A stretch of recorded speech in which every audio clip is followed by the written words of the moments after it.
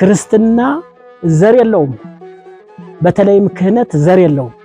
ፍጹም እሳቸው ጋር የተወሰደው እርምጃ ሁሉም የተለያዩ ብሔሮች ነው። ነገር ግን በጥፋታቸውና በጥፋት ቤተክርስቲያኒቱን መታደግ የተሻለ ይሆናል። ከብዙ ነገር ከብዙ ንግግር ከብዙ ውይይት ከብዙ ነገሮች በኋላ በዚያ ልክ የተወሰነ እና የተወሰደ እርምጃ ነው። ቃለ ዓዋዲው በሚያዘው ልክና ልክ ቢሆን አንድ ወር መቆየት አይችሉም። ባልተገባ መልኩ ሕግ በማይፈቅደው መልኩ ለብልሹ አሰራር መዘርጋት መንስኤና ምክንያት ሆነው በተለየ ሁኔታ ከሕዝብ የተሰበሰበ ሀብት በልማት ስም እንዲባክን አድርገው ያው ቪዲዮውን አይቼዋለሁ። ከእርምጃው ጋራ ተያይዞ ለአንድ ለስድስት ወይም ለአምስት ወራት ከመስከረም 1 ጀምሮ እስከ ታህሳስ ጥር አካባቢ የተሰሩ ስራዎች በእሳቸው ኃላፊነት የተሰሩ ስራዎች ተዳሰው ለሀገረ ስብከቱ እንዲመጡ ወይም ሪፖርት እንዲደረግ መጀመሪያ ማሳሰቢያ ጽፏል። ሀገረ ስብከቱ የምርመራው ውጤት ነው እንግዲህ ይህንን እርምጃውን ያመጣው። ሀገረ ስብከቱ ባለው በሙሉ በአስተዳደር ጉባኤ ውሳኔ መሰረት ያ የምርመራ ውጤት ታይቶ በሊቀ ጳጳሱ ሰብሳቢነት ሁላችንም ተነጋግረንበት የአፈጻጸም ሂደቱ ጉድለቶች ታይተውበታል። ያልተፈረሙ ነገሮች አሉ። ኃላፊነት ያልተወሰደባቸው ሰነዶች አሉ። ያልተፈረሙ ገንዘብ ያዥ፣ ሂሳብ ሹም፣ አለቃ፣ አንዳንድ ደግሞ ቃለ ጉባኤም ያልተሟሉ አሉ በሚል ግብአት ይዞ ነው ሀገረ ስብከቱ እርምጃውን የወሰደውና እርምጃው ከዚህ ጋር የሚያያዝ ነው። አዎ፣ በማህበራዊ ሚዲያ ሲዘዋወር የነበረው የእኩይ የሆነ ተልእኮን ያነገበና ሙሉ ለሙሉ ሐሰትን ያዘለ ብዙ ኦርቶዶክሳውያንን አንገት ሊያስደፋ የሚችል በማዘን ምክንያት ወደ እነርሱ እንዲያዘነብሉ ቤተክርስቲያን ያላረገችውን አደረገች፣ ያልሆነውን ሆነ ብለው መስቀል በጨበተ እጃቸው አስኬማ በለበሰ ራሳቸው ላይ ባጠለቁት የመከራ መግለጫ አልባሳት ልክ ክርስቶስን እሰብክበታለሁ ብለው በተናገሩበት ቃል በገቡበት በዚያ ልክ ከመጓዝ ይልቅ በአንጻሩ ሐሰት እየሰበኩ እየተናገሩበት ያለበት እንደሆነ የሚያሳይ ግልጽ ነውና ያንን ተመልክቻለሁ። የቀድሞው አስተዳዳሪ የነበሩት መላከ ገነት ቀሲስ ፍስሐ ቢራራ የጀመሩትን ልማት እንዲያስቀጥሉ በብፁዕነታቸው መልካም ፍቃድ እና በሀገረ ስብከቱም ባለው በጎ ፍቃድ ይህንን ተግባር እንዲከውኑ የመጡ ቢሆኑም ባልተገባ መልኩ ሕግ በማይፈቅደው መልኩ ለብልሹ አሰራር መዘርጋት መንስኤና ምክንያት ሆነው በተለየ ሁኔታ ከሕዝብ የተሰበሰበ ሀብት በልማት ስም እንዲባክን አድርገው በከፍተኛ ሁኔታ ለወንጀል የተጋለጠ አሰራር እንደነበረ በቀድሞ ስራ አስኪያጅ በነበሩት ይህንን አሰራር የፈቀደው በጀት በምን ላይ ዋለ፣ እንዴት ነው አሰራሩ፣ የግዢ ስርዓቱ ምን ይመስላል የሚል ጥያቄ ቢቀርብም ይህንን ወደ ጎን ትተው እኛ የሄድንባቸው ትዕግስቶች ቀላል አይደለም። ሀገረ ስብከቱ በአባትነት ታግሶ ጉዳዩ በሰከነ መንፈስ እንዲሄድ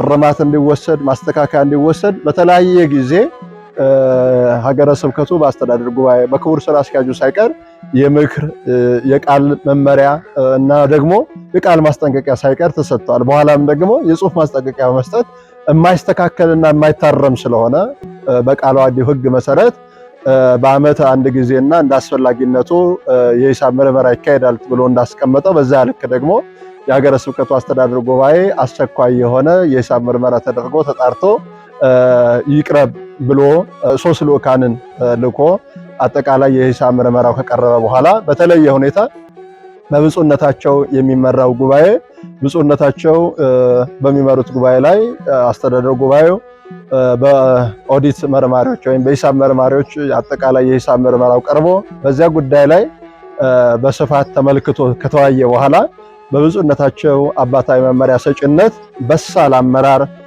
አርቆ ሐሳቢነት፣ አባትነት አሰራሩ ግልጽ መሆን አለበት። ስለዚህ ይሄ እኛ የሰማነው እኛ ነን።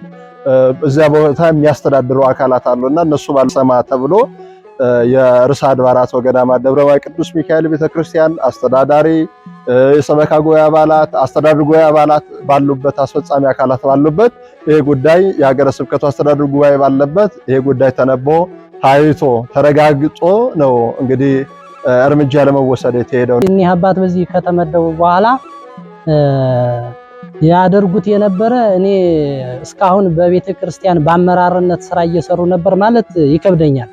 ለምን ቢባል ከተጀመረ ጀምሮ ከመጡ ጀምሮ በመድረክ የሚያስተላልፏቸው በሰበካ ጉባኤ ስብሰባ ላይ የሚያስተላልፏቸው ሊቃውንቱ ካህናቱን ሰብስበው የሚያስተላልፉት ከዚህ ግባ የማይባልና በእውነት ቦታውን የማይመጥን ንግግር በሰበካ ጉባኤ መካከል ካህናቱን ለብቻ ምዕመናኑን ለብቻ በህዋነት ምዕመናኖችን ገብረ ማርያም ወልደ ማርያም በማለት በመገነጣጠል በአፍ ብቻ አፍን ብቻ በእውነት ከመጽሐፍ ቅዱስ ያልመነጨ አፈ ቀላጤነትን መነሻ በማድረግ ያስተላልፉት የነበረ በጣም ያስቀይም ነበር። እዚህ አልፎ ደግሞ በዕለተ ሰንበት በተለያዩ ቀናት መድረክ ላይ ሲወጡ የሚያስተላልፏቸው ዛቻ እንዲሁ ግን ምንም የሀገሩን ማንነት ሰውን ሳይለምዱ አገሩን ሳያውቁ ማንነቱን ሳይለዩ በመድረክ ያስተላልፏቸው የነበሩ በእውነት ጸያፍ የሆኑ ለቤተክርስቲያን የማይመጥኑ ምዕመናንን ያሳዘኑ አገረ ስብከቱ አይቶ እንዳላየ ያለፈበት በምክርም በተለያየ ተግሳጽ ሊሰጣቸውም ሊመለሱ ያልቻሉ በእውነት እኔ እንደው በቤተክርስቲያን ይህን ያህል ዓመታት ኖረው አገልግለዋል ማለት ይከብደኛልና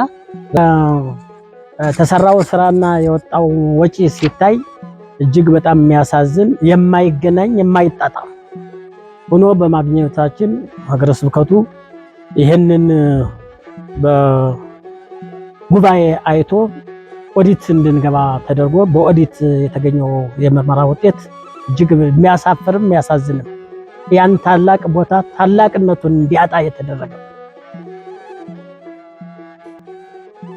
እውነት ለመናገር በዘረኝነት ነው የሚለው ከቤተ ክርስቲያን አስተምህሮ ውጪ የሆነ አቲ ቤተ ክርስቲያን ነች። አንድ አምላክ እግዚአብሔር ብቻ ነው።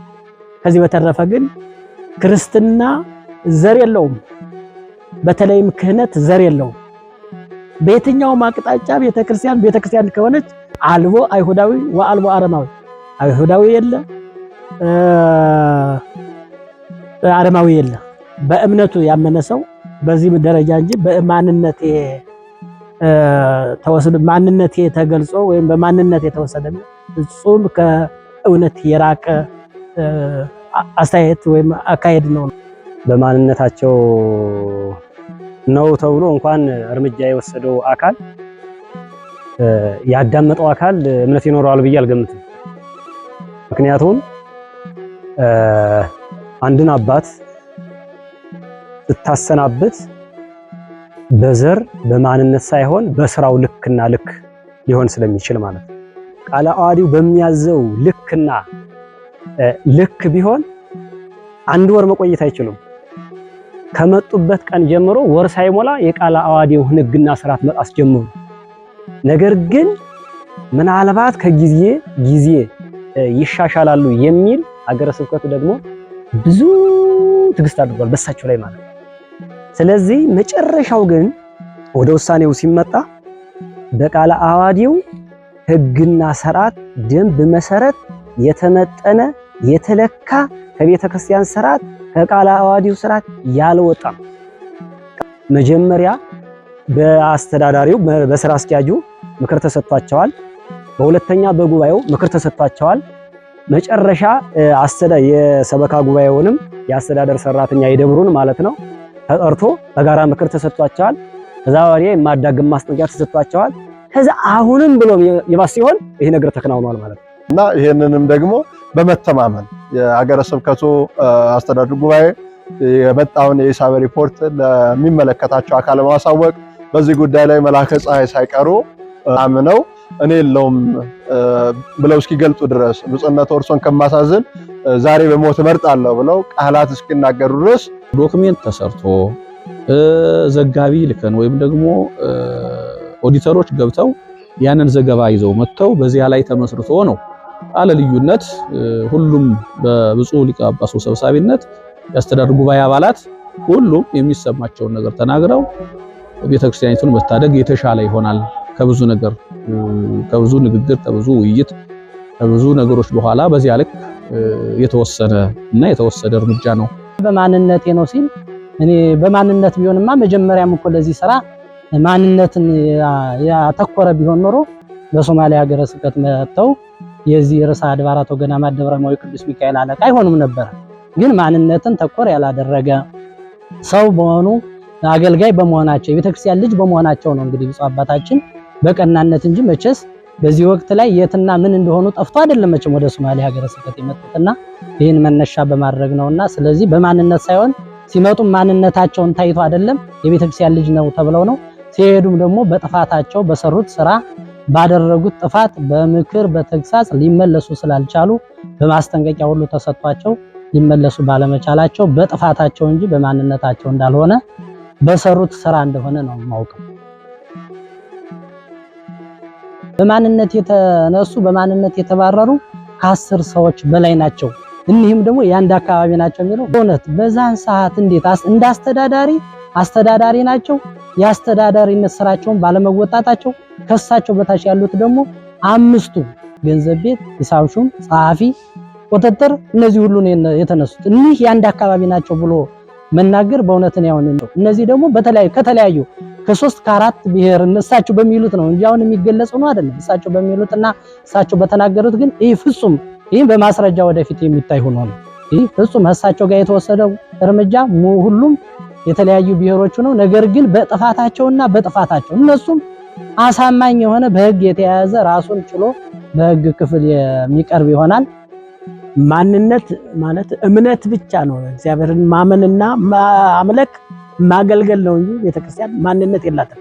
ማንኛውም ጥፋተኛ ሆኖ ከተገኘ ወይም ደግሞ በስራ ገበታው ጉድለት ከታየ ማንኛውም ተጠያቂ ይሆናል። ከዛ በተረፈ ግን አሁን ሌሎችን አበር አድርገው አሁን እዚህ ማቅረባቸውና ግምት ውስጥ ማስገባታቸው ምናልባት እኔ እንደመናጆ አድርገው የቆጠሩት ይሆናል እንጂ እነሱ በግላቸው ይሄን ደረሰብን ካሉ ይሄን ያህል ቁጥር ያለው ሰው በማንነቱ የታየ ወይም የተፈተሸ ወይም በደል የደረሰበት አለ ለማለት እኔ በጣም ያሳፍራል።